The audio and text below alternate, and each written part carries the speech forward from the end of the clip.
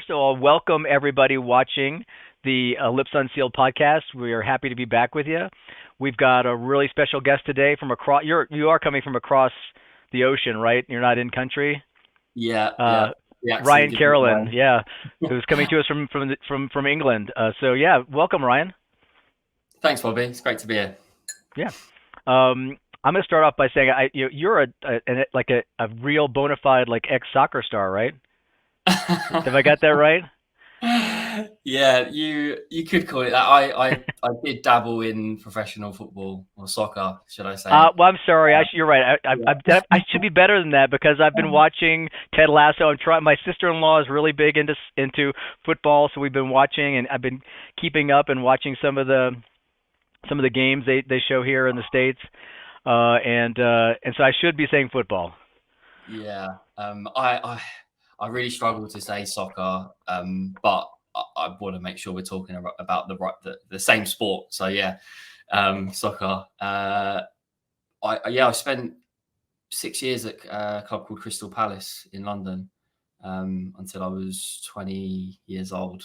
So I was Right there on. full time. It was my job, my actual job for 3 years of my young life as an So adult. were you recruited like in high school, like in your Yeah. like yeah, so recruited into the professional life. That's Into the academy. Yeah. So yeah. you kind of play after school and at weekends. And then when you're 16 and of legal age to leave school officially, well, Okay. it was back then when I was at school. Yeah. You go and you go and play every day full time at the training ground in Southeast London, which was just an amazing experience. Like it is Oh, the best job in the world. Like there's no doubt about it. Um, yep.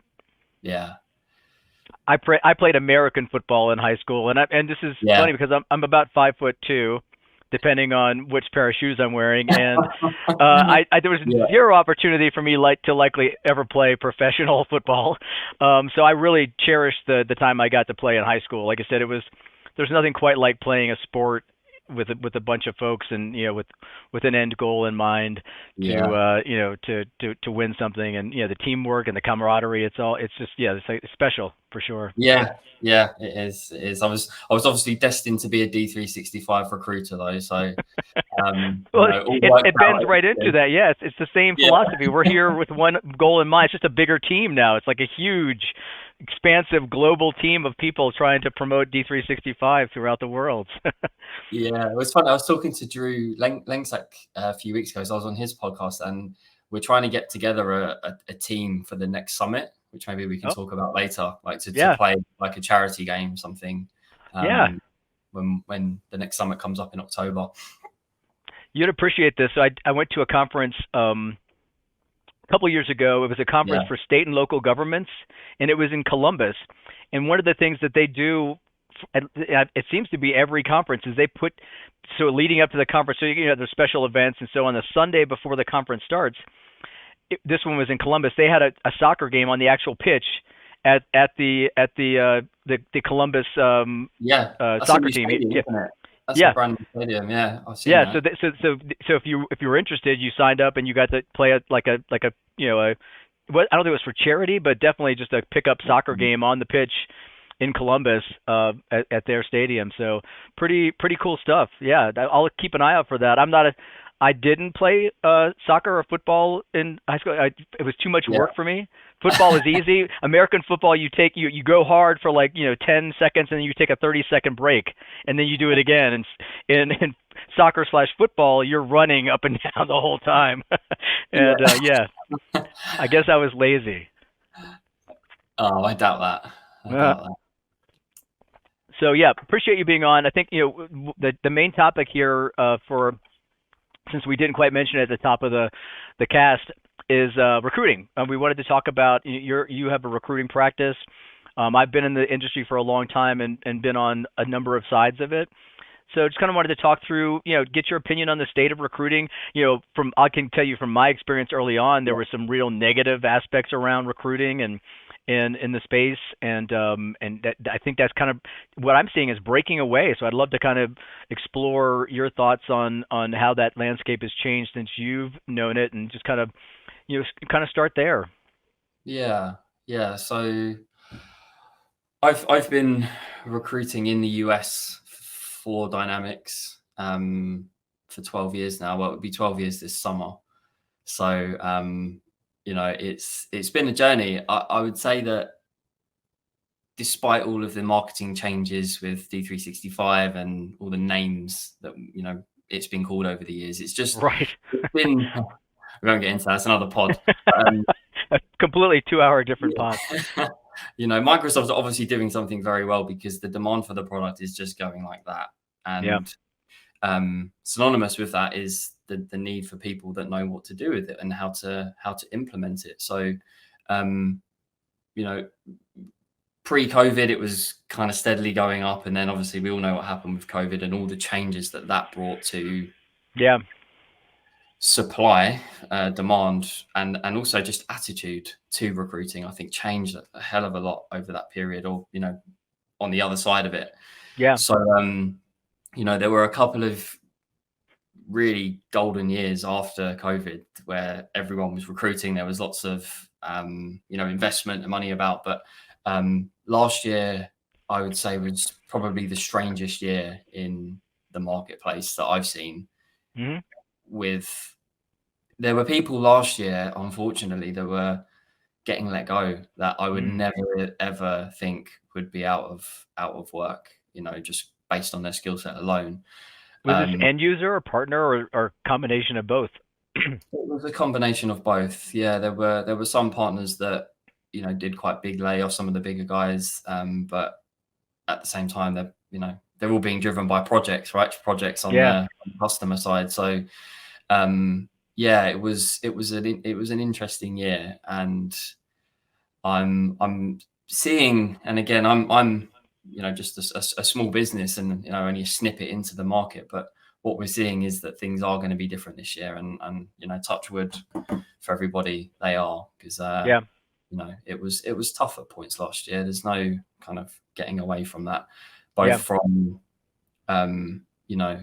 a human level where people are losing jobs and out of work, and that just sucks no matter what way you look at it, to budgetary issues and at a company level. So let's all look forward now and hope that that's all behind us and projects get going again this year. So so the glut that of the folks that were let go, there were no pockets of space where they really naturally fit into. There was a lot of folks that were just left without positions. Some found their way back in quite quickly. Call it luck, or maybe just their own network. And others, it took, and still it's taking months for them to find a new home. But it wasn't all bad. I want to sort of add that in, because it was just surprising. I think it was just a surprising year, and it took some people by surprise. I think that it was happening because these were people that always had jobs. They always had jobs, and they're always in demand, and probably the same people that were batting people like me away a year ago. All of a sudden now, has found themselves in that situation. So, And I thought 2020 was pretty weird in the sense I actually left an end user that I've been at for a number of years, and it was time to move on. And I had intended. I just kind of started in 2019, so I had intended to take 2020 and reinvent myself, and who knows what. I just had this grand scheme of like, I'm just gonna wander lost throughout the world and figure out my life. And then pandemic kind of shut that down for us in Colorado. There were no businesses open, and so I was pretty much stuck at home, and ended up through friends, and ended up with a job at my current position with Ellipse Solutions. But what I noticed through friends and through the peer group and all those things is that a lot of end users left their end user companies during the pandemic. Like there was definitely, they were part of that big, they called it the Great Resignation, right? It was the term that we used over here in the media, of people that were resigning. They'd spent I don't know if it was like a pandemic, like, man, there's only a small amount of time in life. You better, evaluate it or whatever. But I felt like there were a lot of people that moved from end user back into either, most of them went into a partner space. Like, I just know so many people that left long-time end user jobs in finance or manufacturing, Yeah. and then into the more of a partner space. Did you see that? In you're talking about 2020 in particular? Yeah, yeah, 2020 to 2021, that kind of, that year period. Yeah, yeah. Do you know the biggest memory I have of 2020 was just when it all shut down. Yeah, How surreal that was. When it was the same in London. Just yeah, overnight everything stopped. But yeah, it does ring something true. I can't recall many examples, specifically, but yeah, people gravitate to partners quite naturally. I think just in the yeah, market, because that's where the work can be. yeah. And it could be that, like I said, maybe part of it is that your end user, your company is slowing down because of COVID or because of it, and then could that coupled with longevity and maybe life evaluation, but partners they still had projects in the mix. Like Ellipse was still working, they had plenty of Yeah, projects going, so they still needed folks. So there was a natural gravitation as well and openings yeah, there at that time, just the way it was working out. Yeah, definitely a weird time though. I mean, I spent way too much time in my basement. I at one point I got off social media because I was just getting sucked. It's like if you're just your only friends or social media, all of a sudden you're in trouble. So I was like, I got yeah, to pull out of that, and it was definitely an interesting, weird time. And then to get back to travel again, and it feels pretty much back to normal for me at least. As we have gone about, normal travel again, and yeah, events. We'll talk about events here in a little bit, just some of the cool stuff going on around our industry event wise. But one thing I wanted to ask you about, I saw a great post, and I think it's so important, kind of, how a person goes about setting themselves up for potential opportunity. And you had yeah, posted some stuff about LinkedIn, and I'd love to hear your thoughts on how that a person could improve their profile, whether or not they're looking right away or just want attention. What kind of things they can think about to put into their profile to give them a better opportunity to see jobs that might be out there, or maybe in the future. yeah, yeah. Well, I think it always starts with, like, what's the goal? What are you trying to achieve? Is it to find a job because you haven't got one? Is it you just want to do general networking? So always, whatever you do with your LinkedIn profile, have that in mind. What am I here for? Why Yeah, am I yeah, hanging out here? yeah. What's the Intention. goal? Yeah. But there's certainly, I mean, there's so many very easy wins you can get, like on a visual first impression Hmm. basis. Whether that's just having a picture that is representative of you, maybe in the last 5 years. I think we've all been a bit guilty of, a small pixeled picture of Right, us, right. Yeah, looking, good in our prime. But just having a decent picture is a really good place to start. yeah. And the background image. I don't know.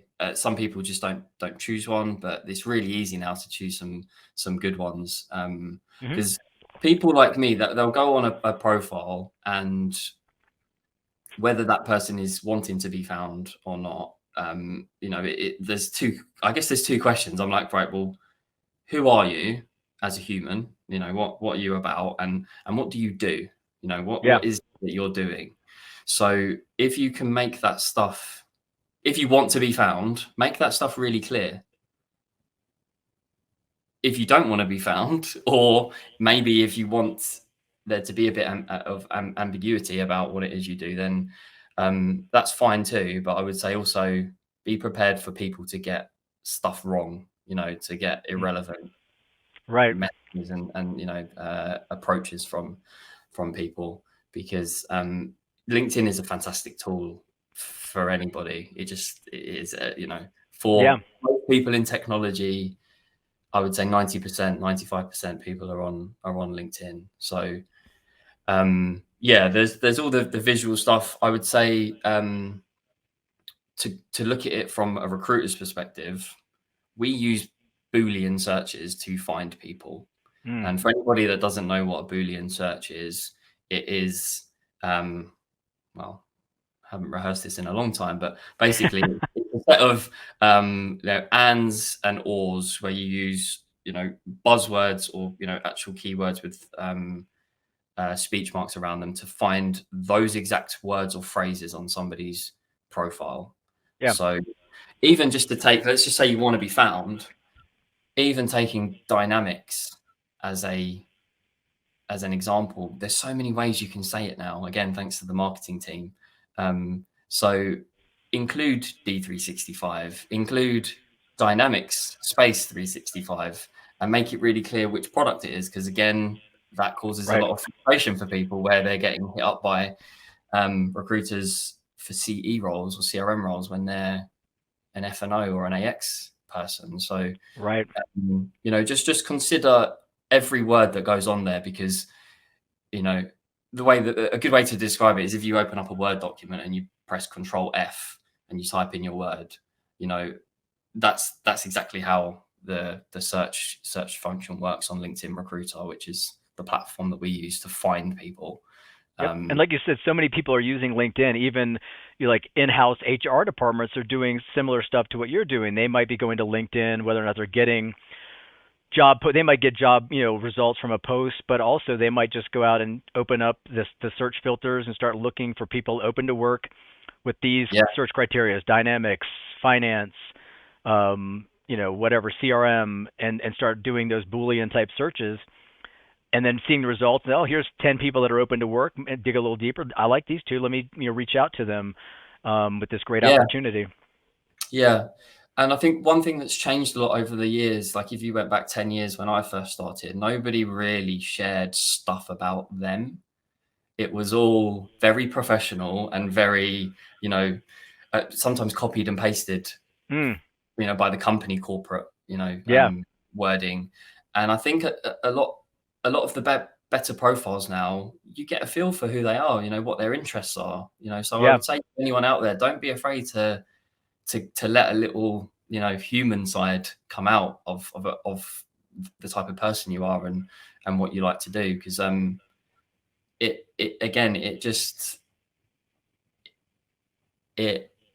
would say it just gives that extra dimension to your profile that actually, let's say you like soccer, right? You are actually allowing then the people that are searching for you that aren't bots, and we can come on to bots later maybe, and the automation stuff that's happening on LinkedIn. It allows opportunity to, for me to then, if I want to speak to you, Bobby, and I mention the fact that we both, are soccer fans, you immediately know this is a human reaching out to me. You give people that opportunity to create that connection with you as a human being, not just because you got X++ on your profile. So, I think that's something to consider as well.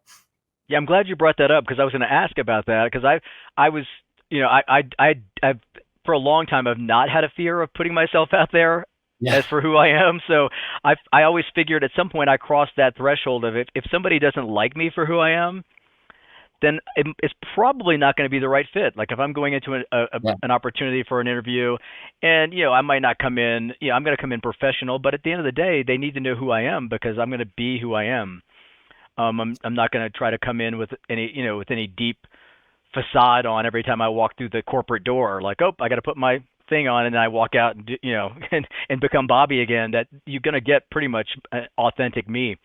So I wondered about that. I was going to ask you about that for LinkedIn, and I'm glad to hear you say that that's an important thing to definitely, get your personality into that. Don't be afraid to lean into your personality there, because I think more and more it's become accepted, outside of, like you said, 10 years ago, your resume better be on a nice bonded piece of yellow paper, and stamped and sealed and all this stuff. And now you've got a little bit more, I think, leeway to be genuine, and I think that's appreciated by the newer generation of recruiters or HR folks, and just in general in corporations. So 100%. And I think one of the consequences of COVID was, because everybody's working from home, you get more of a glimpse into the the human being. You know, there might be a dog barking over there that I need to go and, you know, and Right. it's become more accepted now that actually we do have lives outside of work, and it's Yeah. okay for there to be, you know, within reason, a bit of a blur here Yep. about, um, you know, who you are. Yeah. I love it. Mm. So tell us a little bit about you. So how long have you been doing recruit? You've been a recruiter for 12 years, but you have your own practice now, right? So let's talk a little bit about maybe just about your journey through kind of starting, and then how it led to you starting your own recruiting firm, and why you chose to do that. Yeah, yeah. So I started after the football didn't work out. I went back to college, university, and then um, like everybody says, it's a cliche, but I fell into recruiting, and Mm. immediately I was recruiting for Dynamics professionals. Okay. And so my whole career has been in this space. So you know, that's something I spent about 8 years at another company doing, Mhm. like spinning up a team from the ground up. And I mean, bringing back to COVID, it slowed everything down. And 2020 for me was a year of allowing that space and time to think, okay, what is it that I really want to do? And I love what I do. Like I genuinely do. I have a passion for this.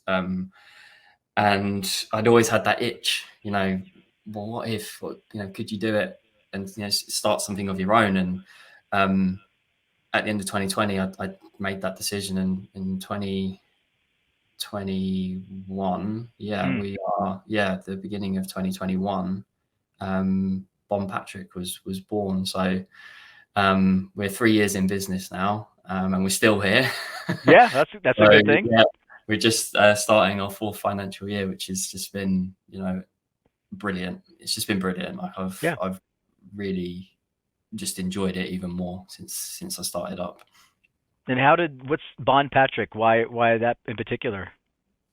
Oh, the name. Yeah. Um, well, so my wife, she does a bit of acting, and her like stage second name, like surname, is Bond, and Okay. I think that's just quite a strong name generally. Everyone knows James, obviously, um, and Patrick is my middle name, and that's it. Oh, Like cool.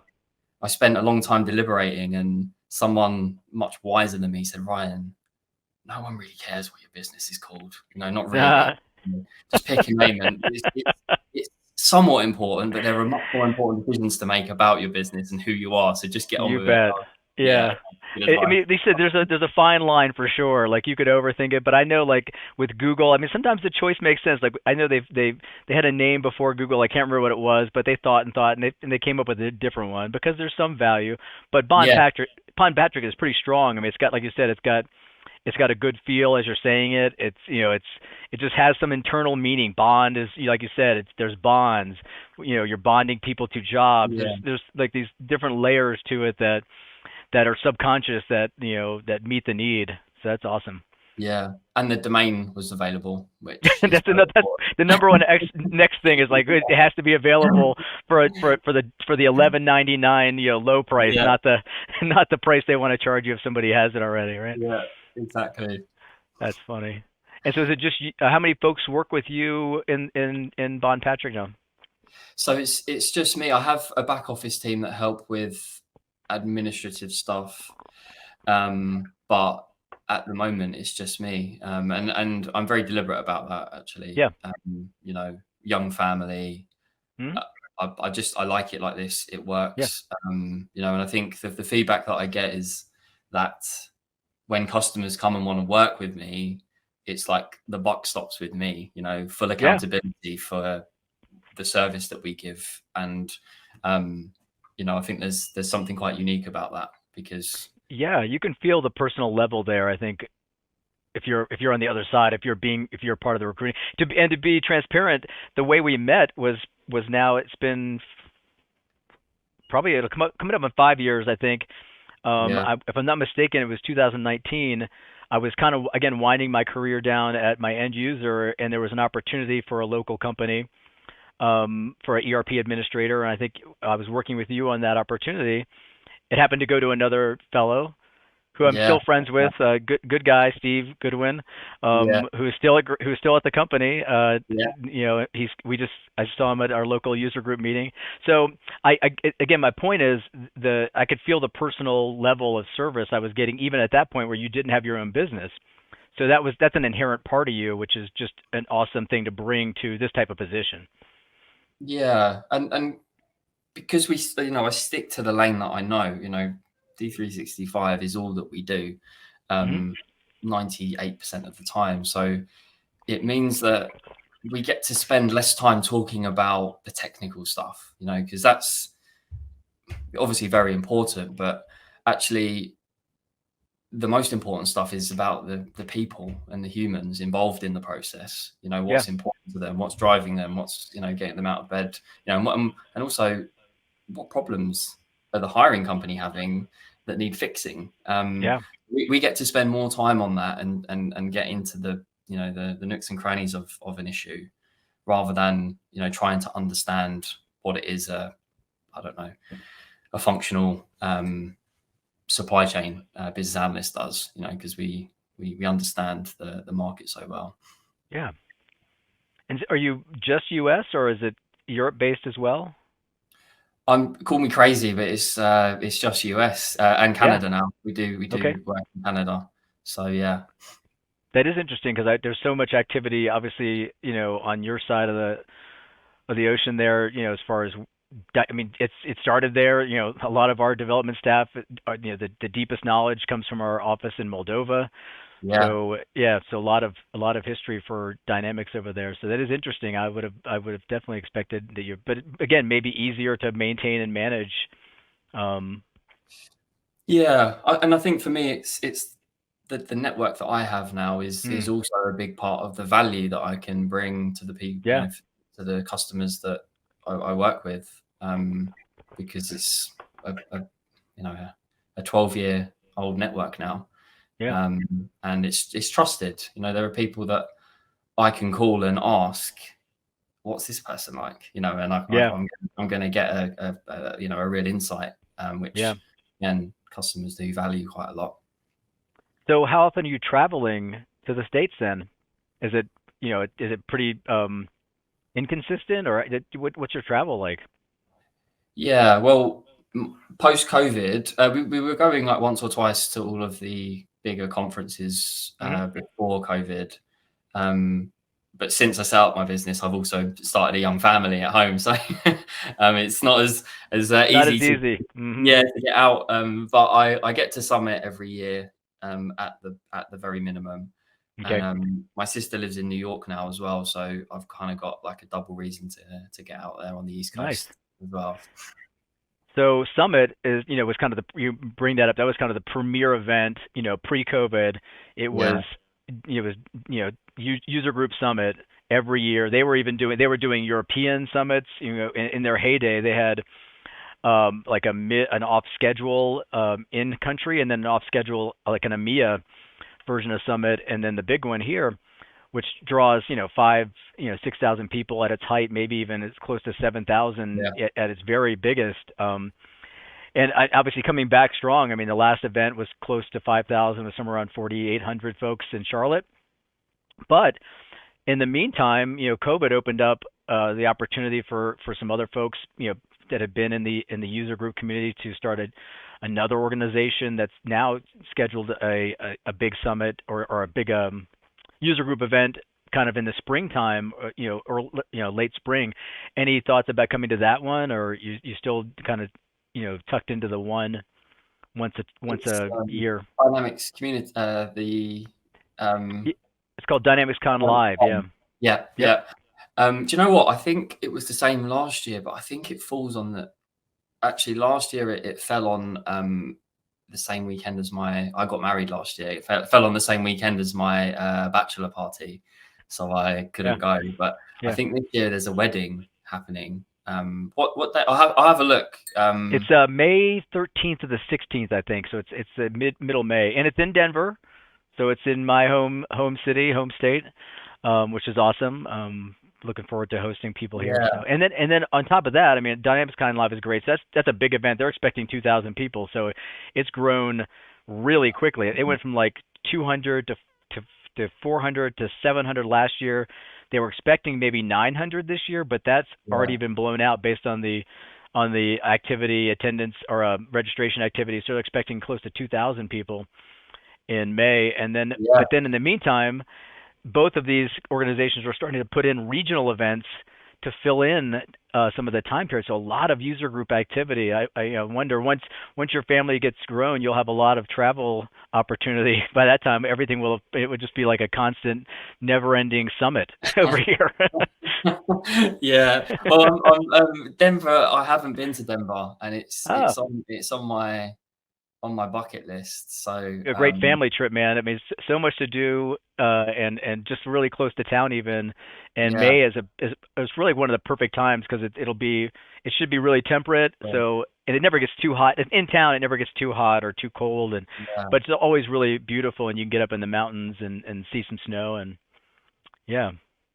Will there still be snow in May? Yeah. They still have the ski resorts open until June these days, so they'll still be Wow. skiing in the and you even like on regular like actually fresh fallen snow. Like, a lot of times they're making the snow, they'll be Yeah. making it when they need to, but we often get spring snows, especially in the mountains. And if you were in town for just a short visit, there are ski resorts within 30 minutes of Denver, that are easy to get to for a quick day of skiing, or Yeah. young kids probably tubing or or whatever, or ski Yeah. Yeah. school, or yeah, just sit them next to a tree and ski, and they'll be there when you get back. It's pretty safe. You just put your Yeah. kid, nestle them up in the pines, and give them Awesome. a tablet or whatever. Yeah. Um, Yeah. so yeah, no, really beautiful, to time of year to visit too. So it should be fun. Yeah. Yeah. I'll make a note. I'll have a look. Yeah, Yeah. cool. Cool. Um, Anything else recruiting wise before we let you go? I really appreciate having you on and giving us the opportunity to talk to you about kind of the state of recruiting, and a little bit of history, and really excited to hear about Bon Patrick, and like I said, in the space, it's I've never had an issue when people are in need to send them your way. So Yeah. Yeah. I appreciate that. No, I mean, obviously, like the LinkedIn profile stuff was centered around the job seeker, right? yeah, My only advice on that is build a network of people that you trust before you need them. I think in all other facets of life, it's good advice, yeah, to have to have a good recruiter that knows who you are, that you have a relationship with before you need to make the transaction. Let's say, because there's a lot of transactional recruiters out there that are just trying to fill jobs as quickly as they can, regardless of the person. So, yeah, just I would say my advice is find someone that works for you, because there's loads of other there's loads of different types of recruiters out there. Find one that you resonate with, and have a relationship with them, so that you know if things do ever go south, you can catch it early, and you have someone there to call and say, hey, I might need your help. yep. That's number one. I think that's such a great piece of advice. I think I'm going to lead with that in our headline when we publish this, because that is such a great piece of advice. If you wait to the moment when you need it, you're going to be struggling and making a decision that doesn't benefit you. But if you've built a relationship over the course of a year, 6 months, 2 years, whatever, maybe 5 years, maybe it's Yeah.